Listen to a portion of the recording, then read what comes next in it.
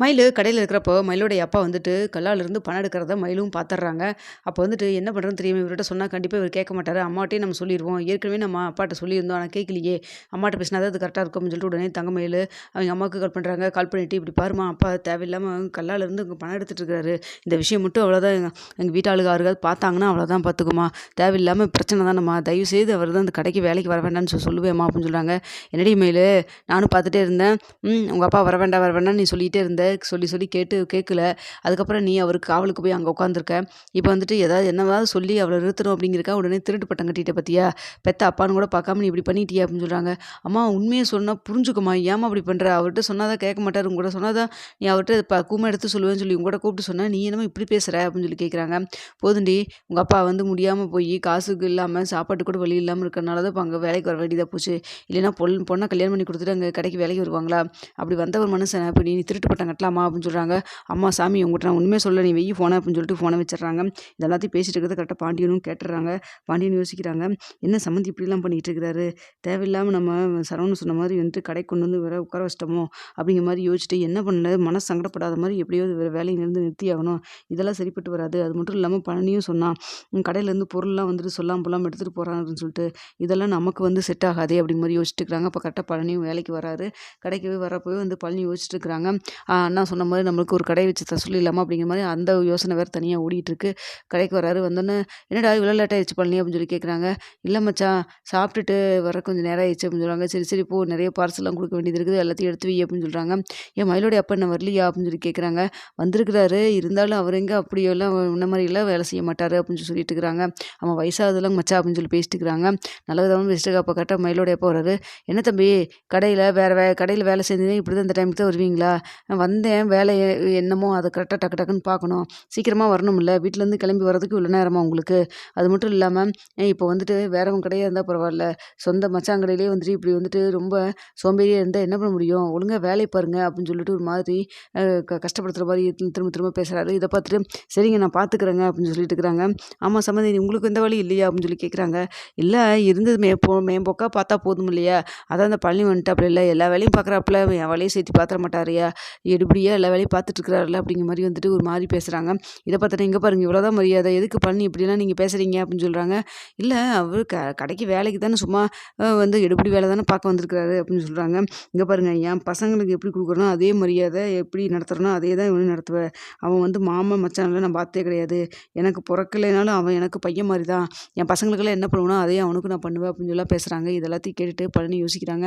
மச்சான் இப்படிலாம் யோசிக்கிறார் நல்ல மனுஷன். ஆனா எங்க வீட்டு ஆளுகலாம் வந்துட்டு தனியா கடை வச்சு குடுக்குற, வா வான்னு சொல்லி பேசுறாங்க. பத்தாததுக்கு இந்த சுகன்யா வேற தேவையில்லாம வந்துட்டு பிரச்சனை பண்ணிட்டு இருக்கிறா. கேள்வி மேல கேள்வி கேட்டு நம்மள டார்ச்சர் படுத்திட்டு இருக்கிறா. இந்த விஷயம் வந்து நம்ம வந்து இப்ப கடை வைக்க சொல்லி சொல்லி அண்ணங்கிட்ட கேட்டோம்னா, அ இந்த விஷயம் மட்டும் வந்துட்டு நம்ம மச்சானுக்கு காதுல கேட்க வரப்போ எவ்வளோ சங்கடப்படுவாரு அப்படிங்கிற மாரிலாம் யோசிச்சுட்டு இருக்கிறாங்க ஒரு நிமிஷம். ஆனா வந்து அதே சமயத்துல எங்க மயிலோடைய அப்பா வந்துட்டு பாண்டிய கேவலப்படுத்துறதெல்லாம் பார்த்துட்டு சொல்றாரு பாண்டியன், "இங்க பாருங்க, நான் சும்மா சொல்றேன்லாம் நினைச்சிட்டு இருக்க வேண்டாம். அது வந்து நம்ம கடைன்னு சொல்லிட்டு உரிமையா வந்துட்டு வேலை பார்த்துட்டு இருக்கிறாங்க. அவங்கள போயிட்டு நீங்க இப்படிலாம் பேசுறது தப்பா இருக்கு. இப்ப நீங்களே இருக்கீங்க. சம்மந்தின்னு சொல்லிட்டு தானே இவ்வளோ தூரம் உரிமையா வந்து நீங்க வந்துட்டு வேலை பார்த்துட்டு இருக்கிறீங்க. லைட்டா வேலை பார்த்துட்டு இருக்கிறீங்க. வேற கடையா இருந்தா இப்படி வந்துட்டு மேம்போக்கா வேலை பார்ப்பீங்களா? அடிச்சு உழுந்துட்டு வேலை பார்ப்பீங்கல்ல. அது மட்டும் இல்லாம வீட்டுக்கு வேணுங்கிற பொருளெல்லாம் இப்படி வந்து கணக்கு இல்லாம எடுத்துட்டு போக முடியுமா? அப்படின்லாம் பேசுறாங்க. இத பார்த்துட்டு மயிலு, "இங்க பாரு, மாமாக்கு எல்லாமே தெரிஞ்சிருக்குது. இந்த கல்லாலேருந்து பணம் எடுத்த விஷயம் வந்து மாமாக்கு தெரிஞ்சுச்சுன்னா எவ்வளோ சங்கடப்படுவாரு. இந்த அப்பா ஏன் தான் இப்படி பண்றாரு?" அப்படின்னு சொல்லிட்டு ஏதாவது சொல்லி சமாளிப்போம் அப்படின்னு சொல்லிட்டு போறாங்க மயிலும். "ஆமாங்க மாமா, உங்க மனசு யாருக்கு வராது? அவர் எங்க அப்பா அப்படிங்கிறனால தானே இவ்வளோ தூரம் நீங்க பார்த்துட்டு ஏதாவது சலிச்சுட்டு இருக்கீங்க" அப்படின்னு சொல்றாங்க. "என்ன மயிலு அப்படி சொல்ற? அப்படிலாம் கிடையாது. சம்மந்தி வந்துட்டு ரொம்ப நல்ல மனசு தான். சரி ஓகே, நான் கிளம்புறேன். வெயிலு ஒரு மாதிரி இருக்குது. நான் போயிட்டு பக்கத்துல கடையில டீ இல்லைன்னா ஜூஸ்க்கு இது குடிச்சிட்டு நான் வரேன். உனக்கு ஏதாவது வேணுமா மயிலு?" அப்படின்னு சொல்லி கேட்டுக்கிறாங்க. அப்ப வந்துட்டு, "அதெல்லாம் ஒண்ணும் வேண்டாம்ப்பா" அப்படின்னு சொல்லி அனுப்பிச்சிடுறாங்க. போயிடுறாங்க. அதுக்கப்புறம் வந்துட்டு பாண்டியன் கேட்குறாங்க, "ஏம்மா, நீ உங்க அப்பா வந்திருக்கான்னு சொல்லிட்டு இந்த கடைக்கு வேலைக்கு வந்திருக்கிறியா?" அப்படின்னு சொல்லி கேட்குறாங்க. "இல்ல மாமா, அதெல்லாம் ஒண்ணும் இல்ல" அப்படின்னு சொல்றாங்க. "இல்ல, நான் கேட்குறேன்னு தப்பா நினச்சுக்காத. உங்க அப்பா ஏன் இப்படி வேலையே பார்க்கவே மாட்டேங்கிறாரு? அது மட்டும் இல்லாம பழனி எதுக்கு இப்படிலாம் பேசிட்டு இருக்காரு? அவன் மனசு எவ்வளோ சங்கடப்படும்னு யோசிச்சாரா?" அப்படின்னு சொல்லி கேட்குறாங்க. இல்ல மாமா, அவரு எப்பவுமே இப்படித்தான் பேசுவாரு. நானும் சொல்லிட்டேன், கடைக்கு இந்த வேலைக்கு வர வேண்டாம். வேற எங்கேயோ வேலை பார்த்து போங்கன்னு சொல்லிட்டு. ஆனா கேட்கவே மாட்டேங்கிறாங்க" அப்படின்னு சொல்லிட்டு இருக்கிறாங்க. "சரி மயிலு, பார்த்துக்கோ. உங்க அம்மாட்ட கீது சொல்லி கொஞ்சம் பக்குவமா நடந்துக்க சொல்லு" அப்படின்னு சொல்றாரு. இத கேட்டோனே மயிலுக்கு மாமாவுக்கு நம்ம மேல நல்லாவே சந்தேகம் வந்துருச்சு. இவரு வேற எங்க அப்பா வேற வேலையும் செய்ய மாட்டேங்கிறாரு. என்ன பண்றதுன்னு தெரியலையே அப்படின்னு சொல்லி யோசிச்சுட்டு இருக்கிற அடுத்த செகண்டுக்குள்ள பாண்டியன்னு சொல்றாங்க, "ஏம்மா, கல்லாலிலாம் வந்து பணம்லாம் எடுக்க வேண்டாம்னு சொல்லுமா. கண்டிப்பா அது அப்புறம் நாளைக்கு பெரிய பிரச்சனை ஆயிரும். அப்புறம் உன் வாழ்க்கைக்கே பெரிய கேள்விக்குறியாகிற மாதிரி ஆயிரப்போகுது.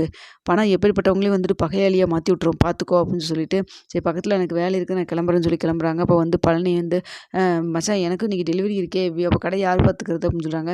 அதான் மயில் இருக்கா மயிலோடைய அப்பா இருக்காருல்ல அப்படின்னு சொல்கிறாங்க. அப்போ மயில் யோசிக்கிறாங்க, இவ்வளோ பெரிய கடையை நம்மளை நம்பி வந்து கல்லால் உட்கார வச்சுட்டு போயிருக்காங்க, நம்ம கரெக்டாக இருக்கணும் அப்படிங்கிற மாதிரி நினச்சிட்டு இருக்கிறக்குள்ள அடுத்து வந்து மயிலோடைய அப்பா வர்றாரு. வந்தது மட்டும் இல்லாமல் மயில் செலவுக்கு ஒரு 500 வேணும் எடுத்து கொடுவே அப்படின்னு சொல்கிறாங்க. என்னப்பா விளையாடுறீங்களா, இது யார் கடை அப்படின்னு சொல்லி கேட்குறாங்க. இது உன் கடை தான் அப்படின்னு சொல்கிறாங்க. ஆமாம் ஆமாம் உங்கள் நினப்பு தான், அப்படி எனக்கு வந்துட்டு அப்படியே லட்ச லட்சமாக கொட்டி கல்யாணம் பண்ணி காசு கொடுத்துட்ருக்கீங்க பாருங்க, அந்த காசில் கடை வச்சுருக்காங்க பாருங்க, ஏதாவது சொல்லிட போகிறேன், கொஞ்சம் அமைதியாக இருங்க. இது யாருடைய கடை அப்படின்னு சொல்லி கேட்குறாங்க. யார் கடைன்னு கேட்டால் அது வந்து சம்மந்தி கடை தான் அப்படின்னு சொல்கிறாங்க. அப்போ அந்த கடைக்கு வந்தால் எப்படி வேலை பார்க்கணும், இல்லை வந்த இடத்துல வந்துட்டு எப்படி இருக்கணும்னு தெரியாதா, எதுக்கு கல்லாலேருந்து பணம் எடுத்தீங்க அப்படின்னு சொல்கிறாங்க. நான் எப்போ எடுத்த மயில அப்படின்னு சொல்லி கேட்குறாங்க. சும்மா போய் பேசாதீங்க, நீங்கள் கல்லாலேருந்து பணம் எடுத்ததை நான் பார்த்துட்டு தான் இருந்தேன், இந்த விஷயத்த நான் அம்மாக்கிட்ட கூட ஃபோன் பண்ணி சொல்லிட்டேன், அம்மாவும் வந்துட்டு ஆனால் வந்து உங்களுக்கு தான் சப்போர்ட் பண்ணிட்டு இருக்கிறாங்க, எதுக்கு வந்துட்டு கல்லாலேருந்து பணம் எடுத்தீங்க அப்படின்னு சொல்லி கேட்குறாங்க. இல்லை மயில் கொஞ்சம் வெளியில் போனால் அப்புறம் கடையில் டீ செலவு அது இதுன்னுலாம் இருக்குல்ல, சும்மா கையாட்டிகிட்டே போக முடியும். இப்போ பழனி தம்பி இருக்கா அப்படின்னா உங்கள் மாமனார் எதுவுமே கொடுக்குறதில்ல, இருந்தாலும் அட்ஜஸ்ட் பண்ணியிருக்கிறாங்க, அப்படிலாம் நான் இருந்துட முடியுமா அப்படின்னு சொல்கிறாங்க. இங்கே பாருங்க, தேவையில்லாமல் எதுக்கு வந்துட்டு அவரை பற்றி நீங்கள் எப்போ பார்த்தாலும் குறை சொல்லி பேசிட்டே இருக்கிறீங்க, அவர் எப்படி வேலை பார்க்குறாரு நீங்கள் கண்டீங்களா, அவர் வந்துட்டு அவங்க அக்காவுக்கு ரொம்ப பிடிச்சிருக்கும், அவங்க அக்கா வந்துட்டு இந்த வீட்டில் இருக்கிறாரு, அது மட்டும் இல்லாமல் மாமன் மச்சான் கூட இது பண்ணாமல் அவ்வளோ தூரம் வந்து ஒத்துமையாக இருந்துட்டு இருக்காங்க. நீங்கள் தேவையில்லாமல் நல்லா இருக்கிற குடும்பத்தில் நீங்கள் வந்துட்டு பிரச்சனை பண்ணி விட்டு போயிடாதீங்க. இல்லை தெரியாமல் தான் கேட்குறேன், உங்கள் பொண்ணை அந்த வீட்டில் கல்யாணம் பண்ணி கொடுத்துருக்கீங்க, உங்களுக்கும் அம்மாவுக்கும் நினப்பு இருக்குதா இல்லையா, என்ன இப்படிலாம் பண்ணிட்டு இருக்கிறீங்க, அது மட்டும் இல்லாமல் என்னை இப்போ நான் படிக்க வைக்கவும் இல்லை, என்னை படிக்க வைக்கவும் இல்லை, நகையில் வேறு பிரச்சனை இருக்குது, இத்தனை பிரச்சனையை வந்து நினச்சி ஒரு நாள் கூட நான் வந்து நிம்மதியாக கூட தூங்கினதில்லை, உங்களுக்கு என்ன, நீங்கள் கல்யாணம் பண்ணி வச்சுட்டு நீங்களும் ஜாலியாக தான் இருக்கீங்க, ஆனால் உங்களுக்கு கொஞ்சம் கூட வந்து இதை பற்றியெல்லாம் கொஞ்சம் கூட அக்கறையே இல்லாமல் நீங்கள் பாட்டுக்கு ஏதோ வந்த இடத்துல வந்து ஏதோ பண்ணணும்னு நினச்சிட்டு ஏதோ பண்ணிகிட்டு இருக்கிறீங்க, புரியுதா இல்லையா உங்களுக்கு அப்படின்னு சொல்லி செமையாக திட்டுறாங்க. சரி மயில நீ புரியுது எனக்கு, மொத்தத்தில் நான் இங்கே வந்திருக்கவே கூடாது அப்படி தானே அப்படின்னு சொல்கிறாங்க. இங்கே பாருப்பா, வந்தது முக்கியம் இல்லை, வந்ததுக்கப்புறம் அந்த இடத்துல எப்படி நடந்துக்கணுங்கிறது முக்கியம். இப்போ நீங்கள் கல்யாணம் பணம் எடுத்த விஷயத்தை நான் பார்த்தேன், வேறு ஏதாவது இந்த கடையில் பார்த்துருந்தாங்கன்னா உங்களை பற்றி என்ன நினைப்பாங்க, இல்லை என்னை பற்றி தான் என்ன நினைப்பாங்க, கொஞ்சமாவது யோசிச்சு பார்த்தீங்களாப்பா அப்படின்னு சொல்கிறாங்க. சரிம்மா இல்லை நீ ஒன்றும் கவலைப்படாத, இனிமேல் நான் கல்லாலேருந்து பணமெல்லாம் கேட்கல, சரி இப்போ மட்டும் ஒரு 500 கொடுக்குறியா அப்படின்னு சொல்கிறாங்க.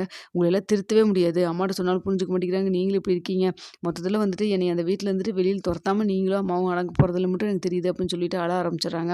அப்போ கரெக்டாக வந்து சரவணன் வராங்க. என்ன காலையிலேயே ட்ராமா கச்சேரி ஆரம்பிச்சிட்டாங்களா, போய் வீட்டில் போய் அழுக வேண்டியதானே, தொழில் நடத்திட்டு இருக்கிற இடத்துல வந்துட்டு இப்படி உட்காந்துட்டு கண்ணை கலசிக்கிட்டு இருந்தால் என்ன அர்த்தம் அப்படின்னு சொல்லிட்டு திட்டுறாங்க. இதை பார்த்துட்டு அது இல்லைங்க அப்படின்னு சொல்கிறாங்க. இங்கே பாரு, உங்களுடைய நியாயத்தெல்லாம் போய் வேறு எங்கேயாவது வச்சுக்கோங்க, தேவையில்லாமல் கடையில் வந்து கடையில் உட்காந்துக்கிட்டு இப்படி வந்து அழுதுட்டு இருந்தால் கஸ்டமர்லாம் எப்படி வருவாங்க அப்படின்னு சொல்கிறாங்க. ஆமாம் ஆமாம், கஸ்டமர் 10 கஸ்டமர் வந்து க்யூ நின்றுட்டுருக்காங்க பாரு, நான் தான் இப்போ உங்கள் வியாபாரத்தை கெடுத்து விட்டேன் அப்படிங்கிற மாதிரி மயில் பேசுகிறாங்க. என்ன மயில் வாயில் ரொம்ப ஓவராக போயிட்டுருக்குது, என்ன உங்கள் அப்பா கூட இருக்கிறான்னு தெரியுமா உனக்கு அப்படின்னு சொல்லி சொல்கிறாங்க. அப்படிலாம் ஒன்றும் இல்லைங்க அப்படின்னு சொல்லி பேசிட்டு இருக்கிறாங்க. அப்போ சொல்கிறாங்க மயில்கிட்ட, இங்கே பாரு மயில், நீ எனக்காகலாம் வந்து கடைக்கெல்லாம் வந்திருக்க வேண்டாம், நீ வீட்டில் ஜாலியாக கால் மேல் கால் போட்டு ஜம்முன்னு இருமா, எதுக்குமா இங்கே வந்த அப்படின்னு சொல்லிட்டு இருக்கிறாங்க.